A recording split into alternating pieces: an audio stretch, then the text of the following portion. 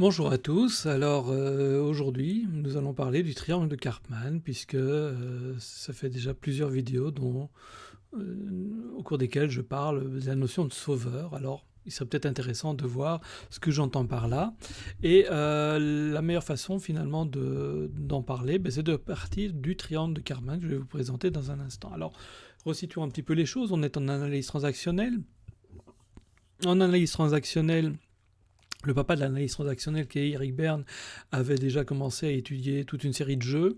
En fait, ce sont des jeux qui font souffrir les protagonistes. Et dans ces jeux, il y en a un en particulier qui a été mis en avant par le docteur Stephen Karpman, qui est ce qu'on a appelé le triangle de Karpman ou le triangle dramatique. Alors différentes versions existent, mais elles font exactement la même chose. Je veux dire, c'est simplement les terminologies qui changent un tout petit peu. C'est un triangle autour duquel trois personnages vont jouer. Il y a une personne qu'on va appeler le persécuteur, parfois on l'appelle le bourreau. Il y a une personne qui va être le sauveur, et puis il y a une personne qui va être la victime. Alors parfois, donc les termes que je vous le disais peuvent changer, mais grosso modo, en tout cas, ça recouvre les mêmes notions. D'accord ?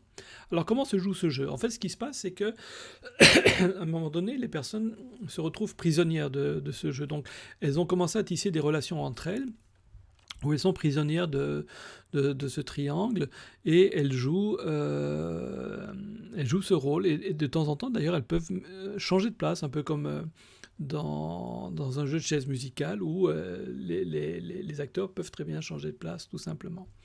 Alors, tentons d'expliciter tout ça.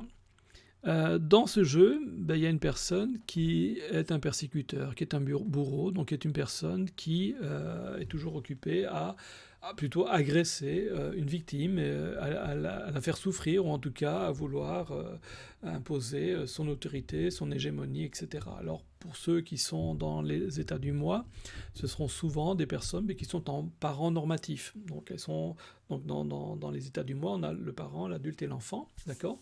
Il y a plusieurs parents, il y a plusieurs enfants, on ne va pas rentrer trop dans les détails, mais donc c'est le parent normatif, c'est le parent qui est la loi, qui dit voilà, les choses sont ainsi, elles ne sont pas autrement, voilà ce que tu dois faire, et qui de ce fait est mu par ces règles, et donc s'il y a des règles, il y a nécessairement des sanctions qui vont derrière. S'il y a une loi, c'est comme dans la loi civile, je veux dire, si on transgresse à la loi, il y a des sanctions qui sont prévues par la loi tout simplement, et elle applique cela par rapport à une autre personne qui est une victime, et donc qui, elle, est en quelque sorte l'objet de son acharnement, en tout cas l'objet de sa persécution. Alors cette victime, elle est là, et elle est généralement, si on reprend ça, légèrement dans un enfant, généralement l'enfant soumis d'ailleurs, donc on a l'enfant libre, l'enfant soumis, l'enfant rebelle. Donc il est dans l'enfant soumis, soumis à l'autorité, et puis voilà, il subit ce que l'autre est occupé à lui faire. Et puis un troisième personnage qu'on appelle le sauveur, qui lui aussi ne se sent pas nécessairement très très bien, mais qui lui a pour obsession de vouloir sauver la personne victime. C'est une façon pour elle de se sentir être une bonne personne, de vouloir toujours sauver l'autre, mais sauver, ça veut dire aussi voler la responsabilité de l'autre. D'accord ? Alors c'est quoi le problème avec le fait de sauver ? Je viens d'en énoncer un. Donc en fait, quand on sauve une personne, on lui occasionne un double tort. Tout d'abord, on l'empêche de grandir, puisque l'expérience qui est là, qui est difficile, est censée le pousser finalement à développer de nouvelles stratégies, à apprendre de nouvelles choses, et donc de façon à pouvoir dépasser cette situation, la surmonter, et donc apprendre quelque chose, et donc avoir quelque chose de plus dorénavant, et donc de faire en sorte qu'elle soit passée au niveau supérieur. Donc c'est bien le sens des épreuves, on en a déjà parlé, je pense. Et puis, d'un autre côté, on lui vole sa responsabilité. En décidant pour elle, en faisant les choses à sa place, on ne lui permet pas de décider, on ne lui accorde pas le fait de décider pour elle-même. On verra parfois que certaines personnes, et ça nous arrive en coaching assez régulièrement, que certaines personnes sont en souffrance, et on observe qu'elles sont en souffrance, et en même temps, elles ont trouvé leur équilibre dans cette souffrance. Je veux dire, elles ne veulent pas la quitter, parce qu'elles savent qu'elles souffrent, mais en même temps, elles voient comment le jeu fonctionne, elle sait le maîtriser, elle en connaît les règles, elle a trouvé son équilibre, j'ai envie de dire, elle se sent à l'aise, elle souffre, mais en même temps, même cette souffrance, quelque part, elle la porte en bandoulière et c'est devenu une partie de son identité. Ah, je suis la personne qui souffre et elle peut en tirer à certains moments des avantages. C'est comme cette personne qui se plaint tout le temps et qui finalement attire à elle la sympathie, le fait qu'on tente de l'aider, le fait qu'on tente de la réconforter, de lui faire plaisir et donc ça devient au bout du compte une stratégie. Lorsque je me plains, mais j'ai des gens qui s'occupent de moi, qui viennent, qui tentent de me faire plaisir, etc. Et j'obtiens par le fait de me plaindre ou de prétendre souffrir, j'obtiens ce que je ne parviens pas à obtenir en étant normal, en me sentant bien, etc. Parce que mon entourage se désintéresse de moi, parce qu'ils sont trop centrés sur eux-mêmes, parce qu'ils sont trop égoïstes. Enfin, il peut y avoir plein de raisons à cela, tout simplement. Donc si je reprends le triangle de Karpman, dans ce triangle de Karpman, les acteurs peuvent changer, je veux dire, au fil du temps. Alors, je vais reprendre un exemple qui avait été présenté un jour par un confrère et que je veux trouver très parlant. Ça se passe dans un magasin, dans une grande surface, et puis au niveau des caisses, dans la grande surface, qu'ont fait les grandes surfaces, elles ont mis des bonbons. Souvent, quand vous arrivez et que vous attendez à la caisse, il y a un rayon avec des friandises, des sucreries, etc. Et donc, nous avons un couple avec son enfant qui arrive, un jeune enfant qui arrive à la caisse. Et puis, je crois qu'on a tous déjà vécu cette scène. En tout cas, nous avons tous déjà été témoins de cette scène. Que se passe-t-il? L'enfant commence à pleurer en réclamant des bonbons. Et là, la mère lui dit, écoute, non, plus tard à la maison. Et le père dit, écoute, c'est pas grave, pour quelques bonbons. Et on lui donne des bonbons. Et l'enfant mange ses bonbons bien tranquillement. La rigueur, il jette le reste par terre. Et puis, quelques minutes plus tard, ça reprend. Ah, je veux à nouveau des bonbons. Et là, le père se fâche. Il dit, écoute, là, t'en as déjà reçu, ça suffit. La mère qui se fâche, alors super, dit, écoute, si c'est pour te comporter comme ça, vas-y nous attendre sur le parking. Et donc, voilà la scène. Alors, tantôt de la décortiquer. Dans la première partie de la scène, qu'est-ce que nous avons? Nous avons un enfant qui se dit victime, qui se place en situation de victime, je veux des bonbons, d'accord? Et puis il commence à pleurer, il fait beaucoup de bruit, il est occupé à vraiment attirer la pitié, comme si on le torturait. À ça, la maman tente d'être la mère normative en disant écoute, non, il y a ce qu'il faut à la maison, tu recevras des bonbons à la maison. Et le père, donc elle est en rôle de persécuteur. Et puis le père tente d'être sauveur. Écoute, c'est pas grave, c'est pas pour quelques bonbons. Et puis l'enfant finalement a satisfaction à ses bonbons. Et le père a été sauveur par rapport à cela. Évidemment, quand la scène se reproduit, en fait, l'enfant reste toujours victime. En tout cas, il se place dans ce rôle de victime. Je suis triste, je suis malheureux, regarde, je pleure, je veux des bonbons. Et là, le père pensant que, il a déjà fait les choses une première fois, ça suffit, je veux dire, à un moment donné. Donc là, il redevient parent normatif, puisqu'il devient le persécuteur en disant non, tu as eu ce qu'il fallait maintenant, tu attends à la maison. Et il le dit en se fâchant, même en étant en colère, en s'énervant. Et là, la mère devient sauveur en disant écoute, si c'est pour te comporter comme ça vis-à-vis de l'enfant, et donc de l'harceler, de le persécuter, va nous attendre sur le parking. Et donc, elle prend le rôle de sauveur, alors que dans le tour précédent, elle était le persécuteur. Donc, ce sont des cas qui se présentent régulièrement. Moi, je connais une personne qui s'était occupée de ses parents jusque très très tard dans leur vie, en tout cas dans sa vie elle. Je veux dire, elle accompagnait ses parents, je veux dire, dans leurs derniers instants.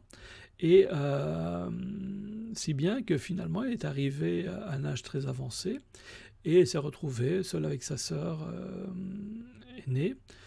Tous les frères étaient mariés, avaient quitté la maison, etc. Et puis il se retrouvait seul dans cette maison et se faisait une raison en disant bon voilà, maintenant il me reste plus qu'à vivre toute la fin de ma vie, ce qui est encore pas mal d'années. Elle était sur la fin de la quarantaine. Voilà, il me reste plus qu'à vivre tranquillement. Je veux dire, la vie a passé, donc je vais maintenant devoir m'occuper de ma sœur, qui est une sœur un peu particulière, parce que c'est une sœur qui est en situation de victime habituellement. C'est ce qu'on appelle, alors comment on appelle ça encore, une hyperplaignante. Donc toujours quelqu'un occupé à se plaindre, j'ai des douleurs, je suis pas bien, je suis malade, etc. Donc toute la journée elle passe comme ça. Et elle se dit voilà, maintenant, je veux dire, ma vie n'est pas terminée, je vais rester jusqu'à la fin de ma vie probablement à devoir m'occuper de cette sœur, puisque cette sœur avait peut-être quelques années de plus qu'elle, donc il y avait encore une longue vie à vivre. Et puis, donc il y a une relation qui s'établit entre elles. Donc la sœur aînée, qui est l'hyper plaignante, se place habituellement en position de victime, toujours occupée à se plaindre. Elle n'est pas bien, elle a des bobos, elle est malade, etc. Et donc elle est toujours occupée à se plaindre, à tirer la pitié. Finalement, elle passait sa vie soit à dormir, soit à regarder la télévision. Elle le passe toujours d'ailleurs aujourd'hui. Et la sœur cadette, celle qui avait accompagné ses parents jusqu'à leur grand départ, était dans le rôle de sauveur, à s'occuper de tout. Elle s'occupait de tenir la maison, de faire les achats, de cuisiner, de nettoyer, de faire les lessives, enfin absolument de tout, pendant que son autre sœur, pendant que la sœur aînée était devant la télévision, elle ne faisait rien, et à la rigueur était là à critiquer. Donc les rôles étaient bien établis, l'une était sauveur et l'autre était victime. Alors vous voyez, on peut parfois jouer le triangle de Karpman à 2 personnes seulement, on n'est pas obligé nécessairement d'être 3. Et puis la vie a souri finalement à cette sœur cadette, et une personne est venue demander cette sœur en mariage. Et toute heureuse, elle annonce ça à sa sœur aînée, qui elle change complètement de visage, vraiment en moins d'un instant, et qui commence à la menacer, à crier, à hurler, à même prendre un couteau pour la menacer de vie, en disant qu'il était hors de question qu'elle la quitte, qu'elle devait rester avec elle, qu'elle devait s'occuper d'elle, que c'était sa mission, etc., au risque sinon de la poignarder tout simplement. Et donc voilà la victime qui passait dans le rôle de persécuteur. Voilà notre sauveur qui se retrouve en situation de victime, puisqu'elle est largement menacée, et qu'il y va même de sa vie. Et donc, finalement, pour sauver sa vie et calmer sa sœur, elle dit bon, ça va, non, ça va, calme-toi, ça va, je vais rester avec toi, tu as raison, oui, je reste avec toi.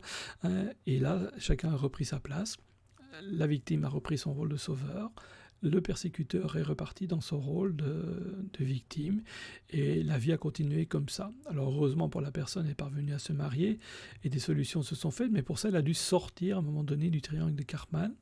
Et sortir du triangle de Karpman n'est pas chose simple à faire. Alors ça, on le reverra probablement un peu plus tard dans une autre vidéo, ça nous donnera l'occasion de revenir sur cette notion de triangle de Karpman. Aujourd'hui, je souhaitais surtout positionner ce triangle et vous présenter ce triangle de façon à ce que vous compreniez mieux ce que je disais. Alors, juste pour terminer là-dessus, et là je m'adresse beaucoup plus aux coachs en devenir, aux personnes ou aux jeunes coachs, évidemment, la grande chose à éviter, c'est de devenir sauveur. Nous ne sommes pas là pour sauver nos clients. Ils ont mal, c'est difficile, c'est dur, excellent, il y a quelque chose à apprendre. Apprends. Je veux dire, c'est ça notre message. C'est pas de se mettre en rôle de sauveur et de vouloir le soulager de sa souffrance en prenant cette souffrance soi-disant sur notre dos, chose que de toute façon on ne parviendrait pas à faire, puisqu'en fait on ne peut pas prendre la souffrance de quelqu'un sur notre dos. Tout ce que nous pouvons faire, c'est faire une copie du poids qu'il porte sur son dos et le mettre également sur notre dos, mais en rien on ne soulage le dos de l'autre du poids qui est le sien, parce que ce poids est nécessaire pour lui, il y a une leçon à prendre, et de toute façon personne ne pourra lever ce poids à part lui-même quand il aura appris la leçon. Donc nous devons plus l'accompagner. Je veux dire, et ça peut être pour beaucoup de choses. On peut voir une personne, par exemple, qui est dans les émotions, qui ne se sent pas bien, et être justement en empathie, et pouvoir reconnaître ses émotions. C'est la grande différence entre l'empathie et la sympathie. Dans la sympathie, non seulement je reconnais l'émotion, mais en même temps, je me mets moi-même dans cette émotion. Ça n'a jamais aidé personne. Par contre, en empathie, je reconnais l'émotion, je peux même la nommer, je peux même la comprendre, et je peux dire, je vois que tu es immensément triste aujourd'hui, je vois que tu vas pas bien, et en même temps, moi, tout va bien, merci. Je veux dire, c'est pas une façon de fanfaronner. Imaginons qu'une personne ait perdu un être cher, bon, elle est en deuil, elle pleure, c'est absolument logique, je n'ai rien contre ça, mais en même temps, je n'ai perdu personne. Et il n'y a pas de raison à ce que je sois moi-même dans le 36e dessous, en étant triste, etc. Et comment vais-je mieux pouvoir apporter du soutien à cette personne? En étant moi-même dans le 36e dessous parce que je serais totalement effondré comme elle, parce que j'aurais pris exactement la même charge et je vivrais les mêmes émotions? Ou en étant solide justement et en apportant, je vais dire, ma force, parce que là pour l'instant tout va bien et je suis en pleine possession de mes moyens. Alors je suis d'accord avec vous qu'on n'est pas là pour être hilar comme des baleines et commencer à rire comme des fous alors qu'elle vit un deuil, c'est pas le propos. Le propos n'est pas d'être malveillant non plus, mais le propos est d'être solide et de dire je reconnais en toi que tu es triste, qu'il y a des souffrances, tiens, tu veux qu'on en parle, tu veux un soutien par rapport à ça, je t'offre mon soutien parce que justement je suis solide, parce que justement moi pour l'instant tout va bien dans ma vie. Et c'est ça la force, et c'est ça qui est intéressant à voir. Donc cessons d'être des sauveurs, c'est vraiment une très mauvaise idée. Nos clients, et là je m'adresse toujours aux coachs, nos clients vivent probablement des difficultés, c'est pour ça qu'ils viennent nous voir, et ces difficultés sont utiles pour eux. Elles sont justement là parce qu'ils ont quelque chose à apprendre. Ces difficultés-là sont là pour deux raisons. Soit parce que ce sont les conséquences de choix qu'ils ont posés, et si cette conséquence est moins heureuse, elle est là pour leur apprendre que le choix qu'ils ont posé n'était probablement pas le choix le plus opportun, et ça les invite à dorénavant peut-être poser un choix plus opportun, et en même temps à devoir gérer cette situation qui est peut-être plus difficile. Et puis, sinon, si ce n'est pas la conséquence d'un choix, c'est peut-être juste une situation qui est là, qui est compliquée, qui est difficile, et qui les invite à grandir, à passer au niveau supérieur, et il n'y a qu'elles pour pouvoir le faire. Tout ce que nous pouvons faire, c'est les accompagner par rapport à ça, leur processus, mais nous ne pourrons jamais le faire à leur place. Donc au plus vite ils le feront, au mieux ils se sentiront évidemment. Donc la seule chose que nous puissions faire, c'est les accompagner par rapport à cela. Et donc ne cherchons pas à prendre la responsabilité à leur place. Donc être sauveur, c'est voler la responsabilité de l'autre, c'est lui commettre un grand tort puisque nous l'empêchons de grandir en prenant cette responsabilité à leur place. Je ne pense pas que ce soit la bonne idée. Alors ce que je viens de dire est vrai également pour nos enfants, pour nos adolescents. Nos enfants et nos adolescents ne sont pas à nous, ils viennent à travers nous, comme le dirait Khalil Gibran, mais ils ne sont pas à nous. Ils s'appartiennent à eux-mêmes, ils s'appartiennent à Dieu éventuellement. Ils ont leur propre vie, leur propre destin, leurs propres aspirations, leurs propres désirs, leur propre personnalité. Ils ne sont pas nos faire-valoir. Ils ne sont pas là pour éventuellement, comme ça se voit parfois, exercer la profession que moi j'ai pas pu exercer et vouloir l'exercer par procuration à travers mes enfants. Ils ne sont pas là non plus pour veiller spécifiquement à mes vieux jours en travaillant et en m'apportant de l'argent au prétexte que moi j'en ai dépensé quand ils étaient enfants. Je veux dire, ce serait un peu oublié que nos parents ont dépensé de l'argent pour nous faire grandir également. Donc nous sommes là pour accompagner nos enfants à grandir. Alors évidemment, nous avons droit à leur société. Nous avons le droit éventuellement à leur tendresse, tout comme ils ont droit à la nôtre, tout ça est exact. Mais en même temps, nous sommes là également pour permettre à ces petits êtres de s'épanouir et de devenir leur plein potentiel. Et ce sont des êtres différenciés, tout simplement. Donc je veux dire, même avec nos enfants, arrêtons de les sauver. Ils vivent quelque chose de difficile, excellent, apprends. Et puis éventuellement, si tu veux qu'on en parle, je suis là, je peux t'écouter, on peut en discuter ensemble, je peux avec toi commencer à explorer certaines pistes, mais au bout du compte, c'est bien lui qui devra faire les choses pour pouvoir grandir et avancer. Voilà en substance ce que je voulais partager avec vous ce matin. Si vous avez des questions, des commentaires, n'hésitez pas, ici en dessous. Alors toujours évidemment avec gentillesse, bienveillance et respect. Nous sommes tous ici pour apprendre ensemble. Il n'y a pas de raison à ce que nous ne gardions pas, ces postes d'une bonne qualité. N'hésitez pas également à laisser vos suggestions si vous aimeriez que nous abordâmes d'autres sujets qui vous intéressent. Ce sera avec plaisir. En attendant, portez-vous bien, soyez heureux et à très très bientôt.